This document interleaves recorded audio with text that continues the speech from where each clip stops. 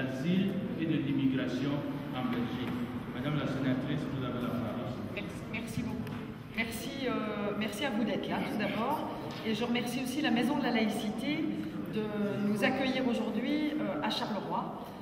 C'était un souhait de nos amis camerounais de pouvoir aller dans différents endroits en partie francophone du pays, mais j'entends que vous souhaitez également aller en Flandre et c'est important de pouvoir être accueilli dans une maison comme celle-ci. Et je remercie Kevin Saladé qui est président ici à la Maison de la Laïcité et qui a permis de faire cette rencontre.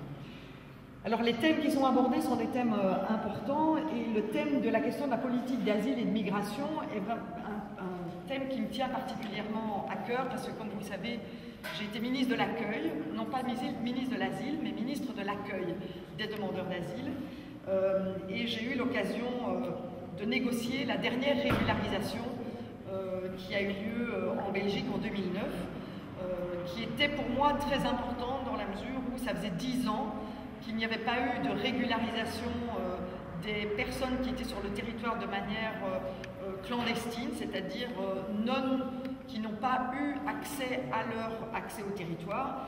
Et donc, ces personnes qui, depuis plus de 10 ans étaient sur le territoire, eh bien, étaient dans une situation qui était dramatique et il fallait impérativement faire cette régularisation.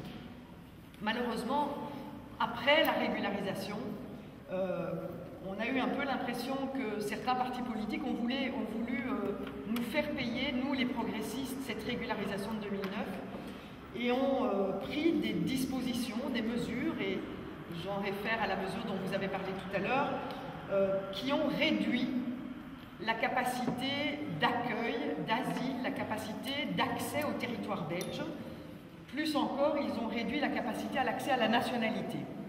Et donc, on a vécu des moments qui ont été des moments positifs en Belgique en ce qui concerne l'ouverture à l'autre. Et je pense que les années 90 ont été des années qui étaient des années d'ouverture, de générosité, de diversité acceptée au niveau de la Belgique. On vit aujourd'hui des années 2000-2010 qui sont des années du repli sur soi. Et c'est une lame de fond que l'on sent aujourd'hui au travers d'un certain nombre de partis politiques, mais aussi dans la population même. On sent qu'il y a une résistance à l'ouverture, une résistance à l'autre, des phénomènes racistes importants aujourd'hui dans notre société. Et donc nous souhaitons, en tant que socialistes, remettre à l'ordre du jour la question de la diversité, de la tolérance et de l'ouverture. Et donc je vais directement répondre à la question qui était posée avant de revenir sur les différents points du programme du Parti socialiste pour la prochaine législature. Pendant les 500 jours de négociation, 541 jours de négociation, il y a eu des choses qui se sont passées par le biais du Parlement belge. Alors c'est démocratique, vous savez, la démocratie a ses avantages et ses défauts, mais malheureusement on n'a pas trouvé mieux que la démocratie comme système.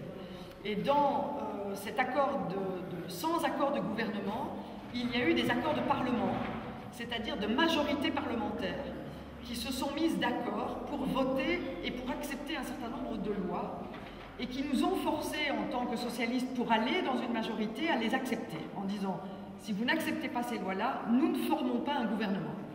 En clair, c'était le deal, le chantage qui était fait à des partis qui voulaient sauver la Belgique, parce qu'il ne faut pas oublier qu'on était dans une situation où il y avait des indépendantistes qui voulaient scinder la Belgique.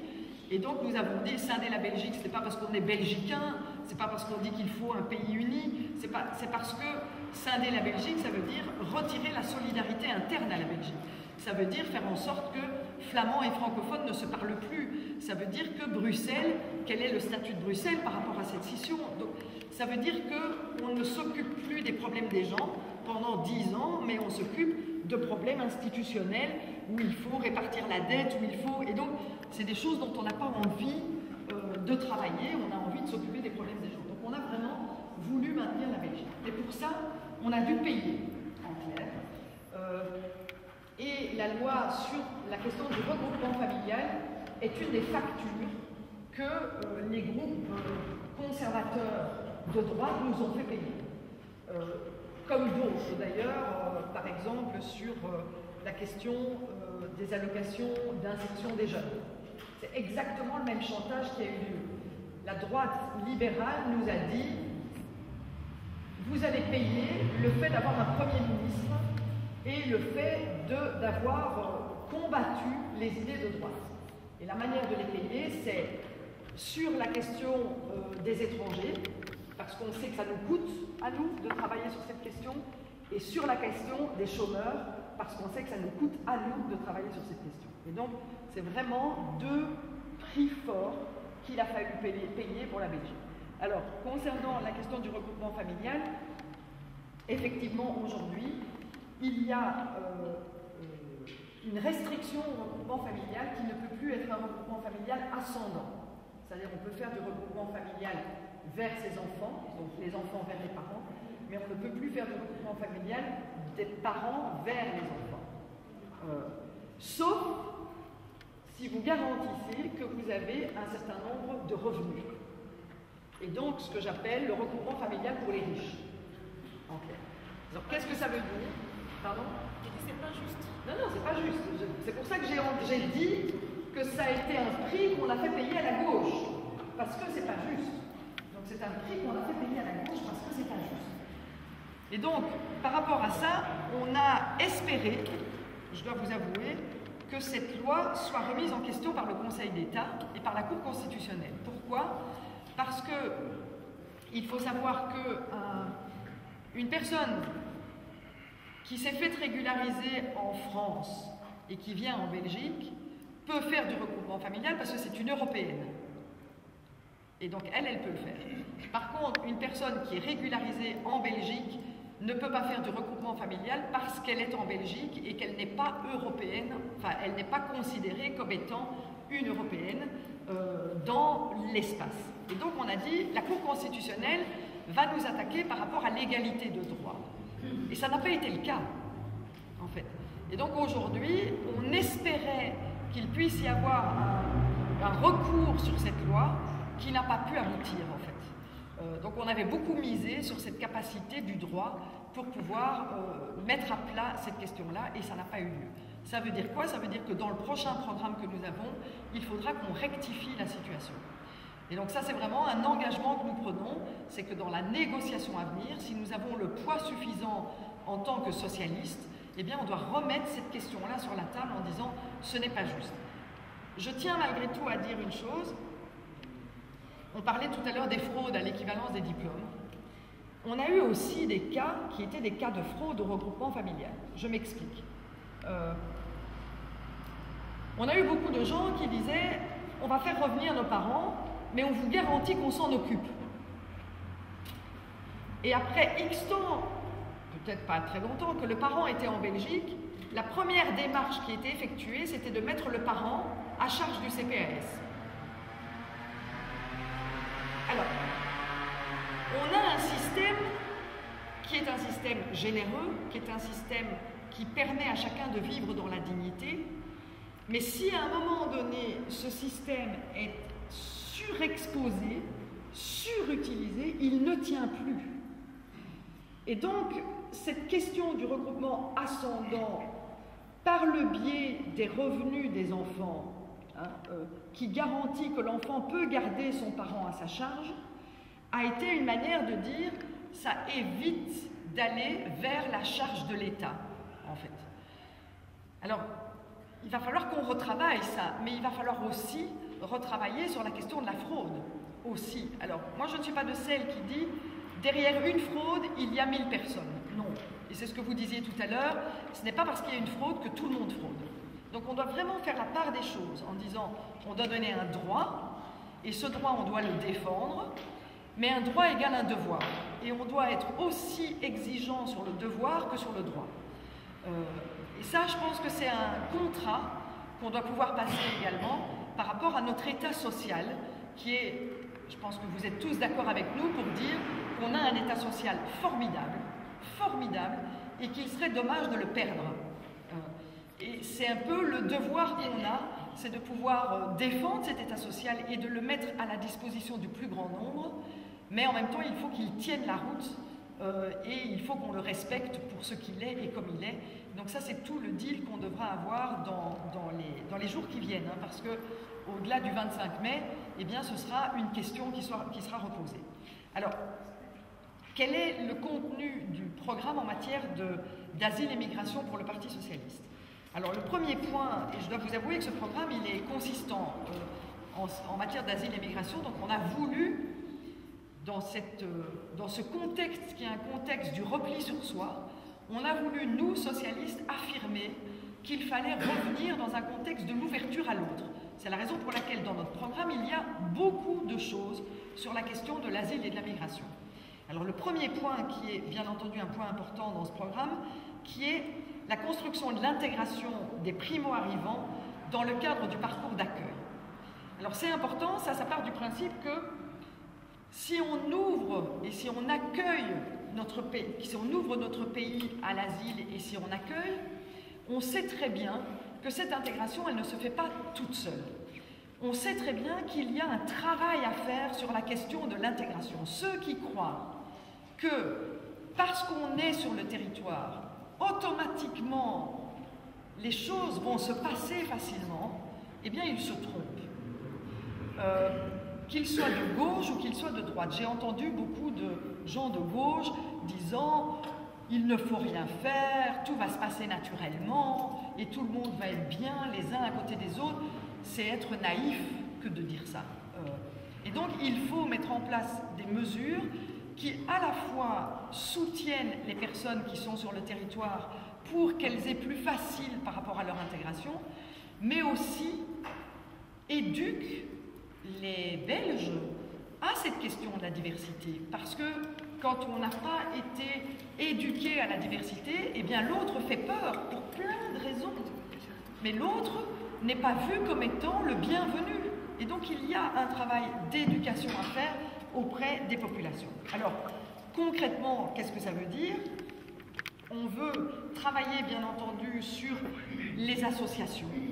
Donc on part du principe que les associations sont des lieux d'éducation permanente importantes sur notre territoire. Et donc l'État, quand je dis l'État, l'administration publique ne peut pas tout faire. Et donc elle va se reposer sur un tissu associatif qui est un tissu associatif riche, organisé autour des diasporas elles-mêmes, qui peuvent organiser l'accueil d'un certain nombre de personnes qui sont des personnes primo-arrivantes. Il est important aussi qu'on ait une évaluation du dispositif du parcours d'accueil des primo-arrivants. Comme je le disais, on a trop tendance à penser que ça se fait tout seul. Non, il faut évaluer si ce parcours d'intégration est effectivement opérationnel et comment les choses sont effectivement menées, l'efficacité, la pertinence des actions qui sont menées. Est-ce qu'on doit aller plus vers des actions d'alphabétisation pour les personnes plus âgées? Est-ce qu'on doit aller plus vers des actions de remédiation pour les enfants quand ils sont à l'école? Vous savez que dans le cadre des écoles, j'ai été extrêmement attentive à la question des classes passerelles, par exemple. On parlait d'équivalence des diplômes. Quand on reçoit des jeunes qui ont 14 ans et qu'on les met dans le technique et professionnel parce qu'on ne sait pas exactement de quoi ils ont envie et qu'on ne sait pas évaluer leur niveau, eh bien, c'est peut-être pas la meilleure chose qu'on doit faire. On a des jeunes qui sont issus de l'enseignement du pays d'origine, qui ont un bagage extraordinaire. Non seulement un bagage extraordinaire, et je vois un petit jeune là qui dit oui, non seulement qui ont un bagage extraordinaire, mais qui ont une volonté d'en faire. Et donc on doit soutenir effectivement ces jeunes au travers des classes passerelles, de plus de classes passerelles, pour les faire arrimer le plus vite possible à notre système d'éducation, plutôt que de les exclure d'un système d'éducation, de l'enseignement général par exemple, auquel ils auraient tout à fait droit et dans lequel ils se sentiraient tout à fait à l'aise s'ils avaient du soutien par rapport à cet enseignement. Donc ça nous semble important d'appuyer là-dessus. D'avoir, je le disais aussi, des modules de formation linguistique. On a parlé tout à l'heure de la question de la Flandre. Il y a aussi des modules de formation linguistique à réaliser ici en communauté française, alors peut-être pas avec des pays d'origine qui sont des pays francophones, mais on a des pays qui ne sont pas ou des personnes qui n'ont pas le français comme langue maternelle, et donc il est important de pouvoir y travailler. On veut aussi soutenir, et je l'ai dit tout à l'heure, les collaborations entre les organisations d'immigrés, le secteur associatif, le secteur privé également, c'est-à-dire de pouvoir avoir des partenariats avec les maisons de l'emploi, par exemple, pour convaincre l'entreprise qu'il y a un travail à réaliser également. Et je vais revenir sur la question du permis de travail par rapport à ces personnes. Le deuxième axe qui nous semblait important, c'est la protection des migrants mineurs d'âge. Alors, moi j'ai eu à gérer la question de l'accueil des mineurs non accompagnés, et c'est une compétence qui est extrêmement difficile, parce qu'on a affaire à des migrants qui sont doublement victimes, parce qu'ils sont d'une part migrants et souvent dans un parcours extrêmement difficile, et d'autre part non accompagnés, c'est-à-dire en déchirure vis-à-vis des familles. Et souvent des jeunes qui ont des parcours de rue, c'est-à-dire des enfants qui, pour arriver ici, ont un parcours qui est un parcours qui les a souvent blessés, et donc où il faut travailler beaucoup plus sur ces enfants. Alors, donc on veut protéger ces enfants plus qu'ils ne le sont aujourd'hui. Alors aujourd'hui, vous savez qu'un mineur non accompagné a le droit au territoire jusqu'à l'âge de 18 ans. C'est-à-dire que jusqu'à 18 ans, on ne peut pas l'expulser. Le problème, c'est que dès qu'il passe l'âge de 18 ans, le monde violent arrive. Et donc on s'est dit, il faut absolument qu'on travaille sur cette question. Vous savez, moi j'ai des enfants, je n'ai pas vu du jour au lendemain quand ils sont passés de 17 à 18 ans. Ils ne se sont pas changés entre 17 ans et 11 mois, et 18 ans et 1 mois, c'est exactement les mêmes. Ils ne sont pas plus matures, ils ne sont pas plus capables de vivre seuls. Or, en ce qui concerne les mineurs non accompagnés, entre 17 ans et 11 mois et 18 ans et 1 mois, c'est un monde qui change. Tout change pour ces enfants. Donc on a dit, attention, il faut qu'on ait une attitude beaucoup plus protectrice pour ces enfants. Et donc, qu'est-ce qu'on dit? Premièrement, il faut inscrire dans la législation belge l'obligation de prendre en compte l'intérêt supérieur de l'enfant et de motiver les décisions concernant un mineur spécifiquement sur cette base. Et donc, on doit vraiment avoir une législation de protection du mineur. 2. Modifier la définition du mineur étranger non accompagné dans la législation concernant la tutelle, afin que les mineurs non accompagnés européens puissent également se voir désigner un tuteur. Et donc ça, alors quand on dit les Européens et les non-Européens, je pense que c'est aussi c'est une définition, c'est-à-dire qu'on a des migrants arrivant dans un autre pays, sur le coup il est européen, parce qu'il est passé par un autre pays, et donc on doit absolument prendre d'abord en considération la question de l'enfant, et puis de voir s'il est européen ou non-européen, et nous disons, européen ou non-européen, ce jeune mineur, l'intérêt de cet enfant, c'est d'avoir un tuteur, et donc il faut pouvoir l'accompagner avec un tuteur. 3. Étendre aux mineurs non accompagnés européens, c'est-à-dire se trouvant sans adulte exerçant l'autorité parentale à leur égard, la possibilité de bénéficier d'une assurance maladie-invalidité conditionnée à la scolarité, comme c'est le cas actuellement pour les mineurs étrangers non accompagnés non européens. Donc là aussi, c'est comme je disais tout à l'heure, c'est remettre au centre la question du mineur, qu'il soit dit européen ou non européen. Alors, je le dis d'entrée de jeu, par exemple, ça touche la question des Roms aussi, quand on parle des Européens ou des non-Européens, et donc c'est important. On veut limiter l'examen osseux. Donc vous savez que pour définir l'âge d'un mineur, on fait les examens osseux. Donc ce sont des examens qui sont des examens qui peuvent être automatiques par rapport à la détermination de l'âge. On veut limiter l'examen des os pour définir cet âge, parce qu'on trouve qu'il est particulièrement douteux. Je ne sais pas s'il y a des médecins dans la salle. L'examen osseux n'est pas forcément la vérité absolue. Et donc, on arrive par cet examen osseux à balancer un jeune qui pourtant est un mineur dans l'aspect des majeurs, simplement parce qu'il est physiologiquement mature.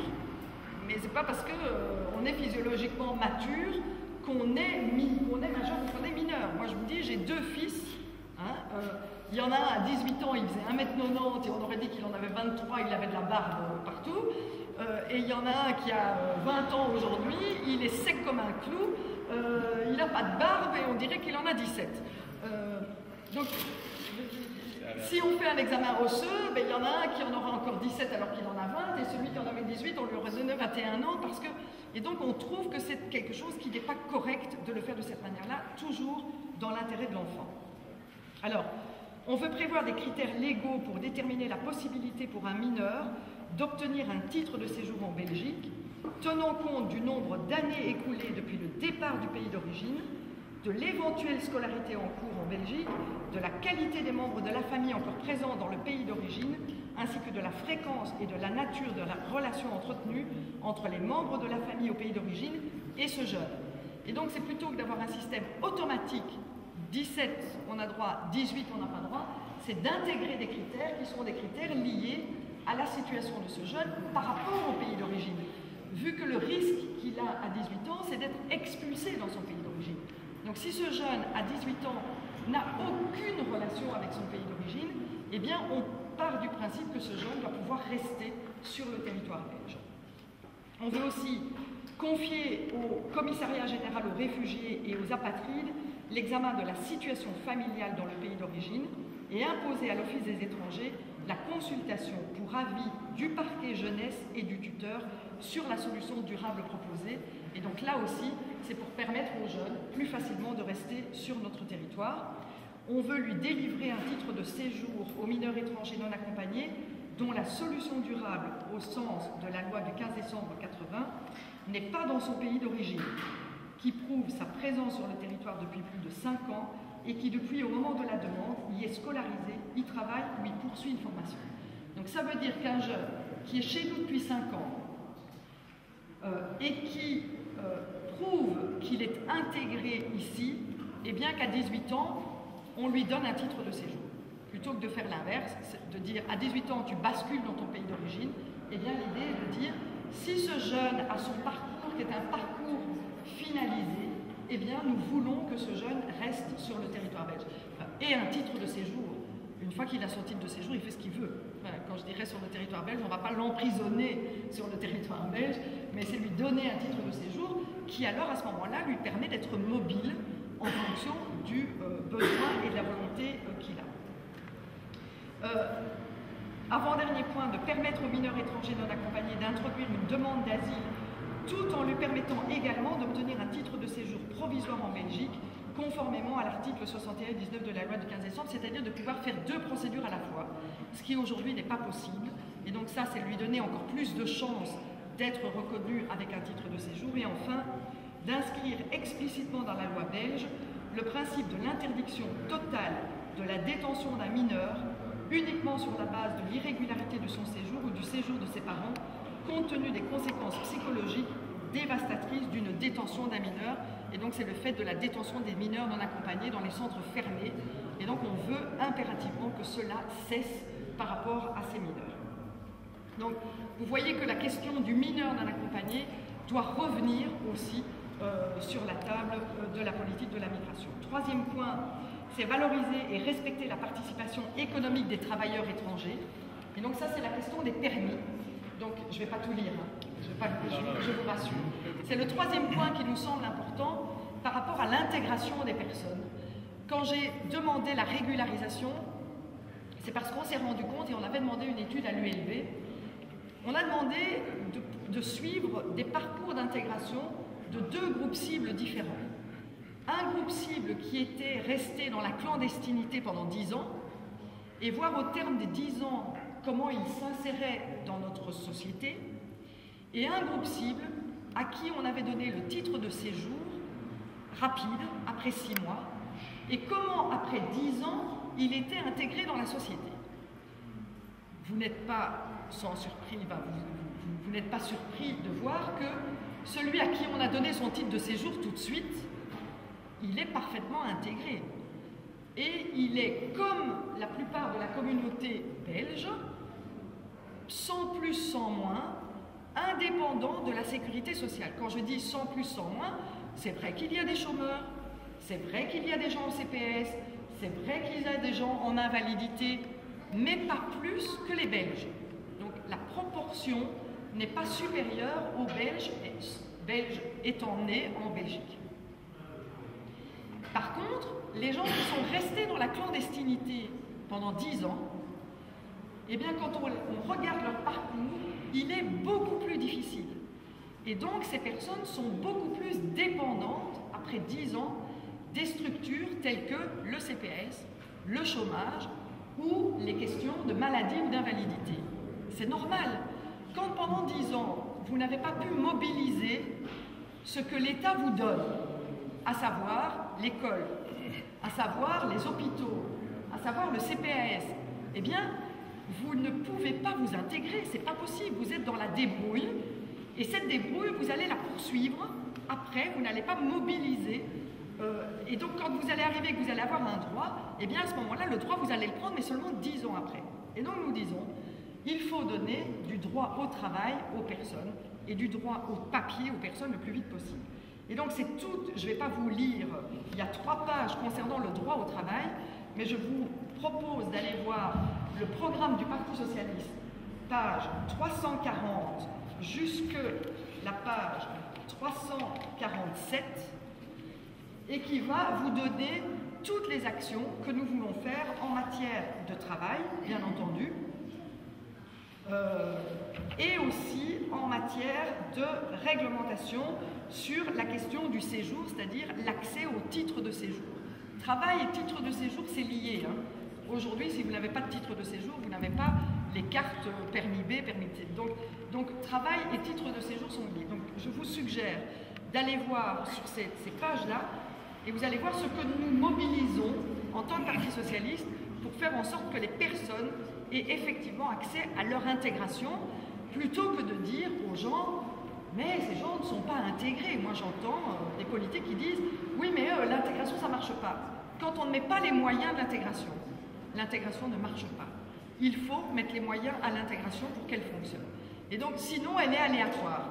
Et c'est comme jouer au loto, les statistiques, l'aléa, enfin, jouer au loto, il y a des chances de gagner, mais il y a beaucoup plus de chances de perdre. Ici, on dit s'intégrer, c'est pas jouer au loto. S'intégrer, il faut des structures qui aident à cette intégration. Et quand on met les structures, eh bien, les chances de réussite sont beaucoup plus fortes pour tout le monde. Et donc, c'est ce que nous voulons mettre en place dans notre programme. Et enfin, le dernier point de ce programme, c'est la question européenne.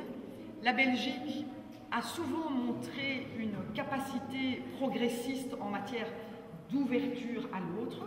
C'est plus trop le cas pour l'instant, donc il va falloir changer un petit peu. Mais l'Europe aujourd'hui est très fermée sur cette question. Il suffit de voir les bateaux de Lampedusa pour se rendre compte que l'Europe d'aujourd'hui n'est pas une Europe ouverte sur la migration. Et donc nous demandons qu'au niveau européen, il y ait un travail qui soit fait, un travail, je le disais tout à l'heure, en partenariat avec les pays. Nous sommes pour le développement d'une migration circulaire. Qu'entend-on par migration circulaire? C'est de permettre aux gens de bouger plus facilement. J'entendais tout à l'heure la question de la double nationalité. Si vous demandez la double nationalité, c'est que vous avez envie de votre pays d'origine, comme vous avez envie de ce pays ici. Et donc la migration circulaire, c'est de favoriser ces doubles appartenances, ces triples appartenances, ces quadruples appartenances.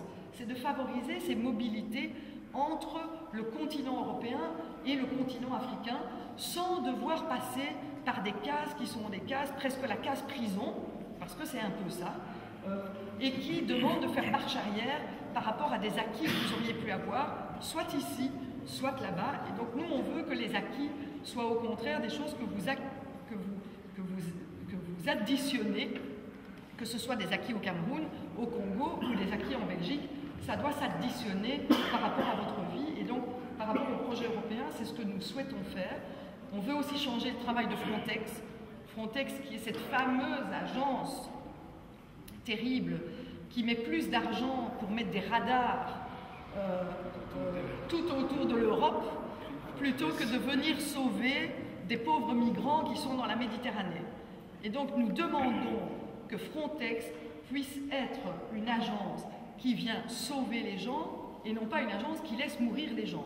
Donc aujourd'hui, Frontex ne joue pas son rôle de protection des migrants et donc il doit y avoir un travail qui doit être redonné au niveau de Frontex. Ça ne veut pas dire que les frontières de l'Europe vont être complètement ouvertes, mais ça veut dire qu'on doit prendre chaque migrant pour ce qu'il est et lui appliquer le droit international. Et donc chaque migrant qui fait l'expression d'une volonté de bouger, eh bien sa demande doit être entendue. Et donc on ne peut pas laisser des paquebots sur la Méditerranée en se rejetant la pierre et en disant « c'est pas moi, c'est l'autre ». Chaque personne qui se trouve sur un bateau a fait l'expression de vouloir partir. Et l'expression de vouloir partir, elle doit être entendue. Donc chaque personne doit pouvoir déposer un dossier et être analysée avec le droit international. Ça ne veut pas dire qu'il va avoir droit, mais ça veut dire en tout cas que son droit sera défendu. Et c'est ce que nous voulons dans la politique de la migration au niveau de l'Europe, c'est que chaque personne puisse avoir l'opportunité de défendre le droit qu'il a de bouger et de pouvoir entendre cette question. Voilà.